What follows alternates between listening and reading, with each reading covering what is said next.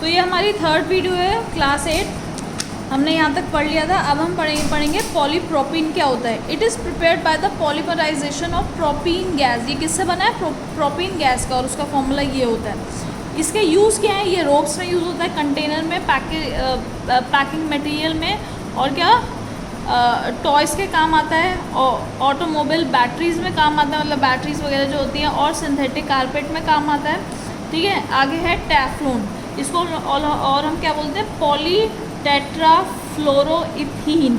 It is, ये भी thermoplastic है, स्लिपरी होता है, यानी स्लिप करता है। It does not get affected by heat, does not gate chemically reacted. ना ही हीट होता है ना केमिकल रिएक्ट करता है। It is prepared by polymerisation of tetrafluoroethylene molecule से बना होता है। ये कैसे, ये किस लिए यूज़ होता है? Non stick coating. कुछ पैंस होते हैं नॉन स्टिक होते हैं, उसमें ये इस्तेमाल होता है। ल्यूब्रिकेंट होता है, मतलब स्लिपरी होता है। ठीक है, in those parts of machine where oil can not be easily applied. उन पार्ट्स में यूज़ होता है जहाँ पर हम ऑयल नहीं लगा सकते हैं। बैकलाइट के बारे में पढ़ते हैं। It is thermoset plastic. ये कौन सा प्लास्टिक है? थर्मोसेट। बहुत इंपॉर्टेंट है। It is very important in the history of plastic, मतलब प्लास्टिक की जो हिस्ट्री इसमें बहुत इंपॉर्टेंट रोल है इसका। इट वॉज फर्स्ट कम्प्लीटली, ये हमारा पहला कम्प्लीटली सिंथेटिक प्लास्टिक था, जो हमने 1907 में बाय यूएस केमिस्ट लियो बैकलैंड ने बनाया था। बैकलाइट इज़ हार्डर, बहुत ज़्यादा हार्ड होता है दूसरी प्लास्टिक से, and is good electrical insulator. अच्छा इलेक्ट्रिकल इंसुलेटर होता है। एक होता है कंडक्टर, एक होता है इंसुलेटर। कंडक्टर मतलब जो अपने से अंदर जाने देता है, इंसुलेटर मतलब जो नहीं जाने देता। यानी ये अच्छा इलेक्ट्रिकल इंसुलेटर, मतलब इलेक्ट्रिसिटी इसमें से पास नहीं होती। किस लिए यूज़ होता है? बटन, प्लग, स्विचेस बनाने के लिए, इलेक्ट्रिकल फिटिंग के लिए। और क्या होता है? हीट प्रूफ होता है। ठीक है, पैंस में भी यूज़ होता है, मैट्स में यूज़ होता है। प्रॉब्लम विद प्लास्टिक, अब प्रॉब्लम भी आती होंगी कुछ ना कुछ प्लास्टिक के साथ। क्या आती है? When plastic was introduce they were held as a wonder material. जब प्लास्टिक बना तो उसे कैसा बोला जाता था कि ये एक बहुत ही अद्भुत मटेरियल है। However today's plastic have become a serious world wide environmental and health concern. लेकिन आज का जो प्लास्टिक है वो बहुत ज़्यादा सीरियस इशू बन चुका है। क्यों? क्योंकि ये नॉन बायोडिग्रेडेबल है, सड़ता ही नहीं है, एनवायरनमेंट में डीकम्पोज ही नहीं होता है, एंड वाइड स्प्रेड यूज़, और बहुत ज़्यादा यूज़ होता है और एनवायरनमेंट में ख़त्म ही नहीं हो रहा है। क्योंकि और इससे क्या हो रहा है? प्लास्टिक अर्थ पर इकट्ठा होता जा रहा है। Careless disposal of plastic goods by people is one of the most significant environmental problem, as this lead to choking of drains and blockage of soil.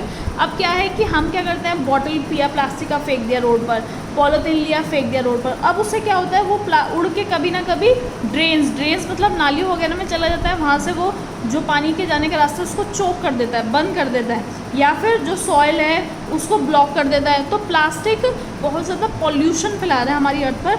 It also hinders the absorption of water bye soil. अब ये soil है, हम मान लेते हैं soil है, यहाँ पर हमने प्लास्टिक डाल दिया, तो अब आप इस पर अगर वाटर डालेंगे तो सॉइल उस पानी को ले ही नहीं पाएगी। तो ऐसा ही हो रहा है आजकल। तो जब भी रेन होती है, अगर उसके बीच में प्लास्टिक है तो सॉइल को पानी मिल ही नहीं पाता, तो वो पानी भी रोक देता है ये सॉइल को लेने से। Plastic bag are also one of the causes of death of stray cattle. Stray cattle मतलब जो स्ट्रे एनिमल्स होते हैं, जैसे काऊ, डॉग, ये क्या करते हैं? अगर इन्होंने प्लास्टिक को खा लिया तो ये मर जाते हैं, ये भी प्रॉब्लम है। When plastic bag containing food are improperly dispose of the stray animal eat them. जब प्लास्टिक, आप किसी भी प्लास्टिक वाली चीज़ में आप लाए हैं कुछ खाने का, जैसे सपोज मिठाई ले आए हैं और आपने उसे ऐसे ही रोड पर फेंक दिया, तो क्या होगा? एनिमल आकर उसे खा जाएंगे और इससे क्या हो जाएगा? उनकी डेथ हो जाएगी। Plastic bag also poisonous dyes, जो उस पर डाई की जाती है वो भी काफ़ी पॉइजनस होती है। आपने सुना होगा कि डायरेक्टली हमें पॉलीथीन में कोई सामान खाने का नहीं रखना चाहिए। When food stuffs are put in those dyes में एब्जॉर्ब बाय फूड, क्योंकि जैसे ही हम खाना उनमें रखते हैं, जो ये पॉइजनस डाई होती है ये हमारा खाना एब्जॉर्ब कर लेता है, और जिससे हमारा खाना ख़राब होने के चांसेस होते हैं। कंजर्वेशन एक्शन क्या हम कर सकते हैं? Shopkeeper should be encourage to use cloth bag. Shopkeepers को हमें एनकरेज करना चाहिए कि वो क्या करें? क्लॉथ, कपड़े के बैग इस्तेमाल करें या रिसाइकल। और आप भी जब सामान खरीदने जा रहे हैं तो आपको भी अपना बैग या बैग, जूट बैग या कैसा बैग घर से लेकर जाना चाहिए, जिससे आपको प्लास्टिक लेना ही ना पड़े। Amount of plastic should be use in packaging should be reduce as it is usually thrown away. जो प्लास्टिक यूज़ हम करते हैं पैकिंग में, उसे कम करना चाहिए क्योंकि वो अक्सर हम फेंक देते हैं। Recycle and reuse of plastic should be encourage. हमें प्लास्टिक की रिसाइकल और रीयूज़, रिसाइकल क्या होता है, कोई चीज़ है उसे मेल्ट करके कुछ और बना देना, रीयूज़ मतलब उसी सेम चीज़ को किसी और तरीके से इस्तेमाल कर लेना। The biodegradable and non biodegradable waste should be collected and dispose separately. जो आपका बायोडिग्रेडेबल और नॉन बायोडिग्रेडेबल है, इसको हमें सेपरेट थिंग्स में रखना चाहिए। यानी ऐसा कूड़ा जैसे आपके सब्जी के छिलके हो गए, फ्रूट्स के हो गए, खाने पीने का सामान, ये अलग, और जो प्लास्टिक है वो अलग। सिंथेटिक फाइबर और आर्टिफिशियल फाइबर क्या होते हैं ये दोनों?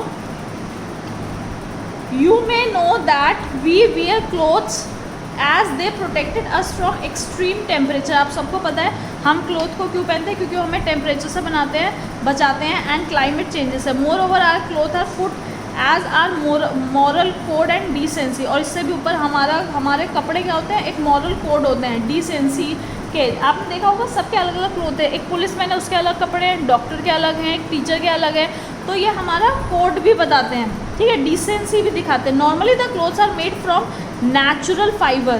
किससे बने होते हैं? नेचुरल फाइबर, जैसे cotton, silk, wool. However people demand for different stuff for their looks and style in clothing. और अलग अलग लोग अलग अलग कपड़े भी डिमांड करते हैं। So scientist have developed artificial, तो साइंटिस्ट ने आर्टिफिशियल फाइबर भी डेवलप किया है। Let us discuss. अब ये सिंथेटिक फाइबर जो है, आर्टिफिशियल फाइबर, वो कौन कौन से होते हैं, ये हम आपकी नेक्स्ट क्लास में कंटिन्यू करेंगे। आपको ये चैप्टर अच्छे से पढ़ना है, ठीक है, ओके।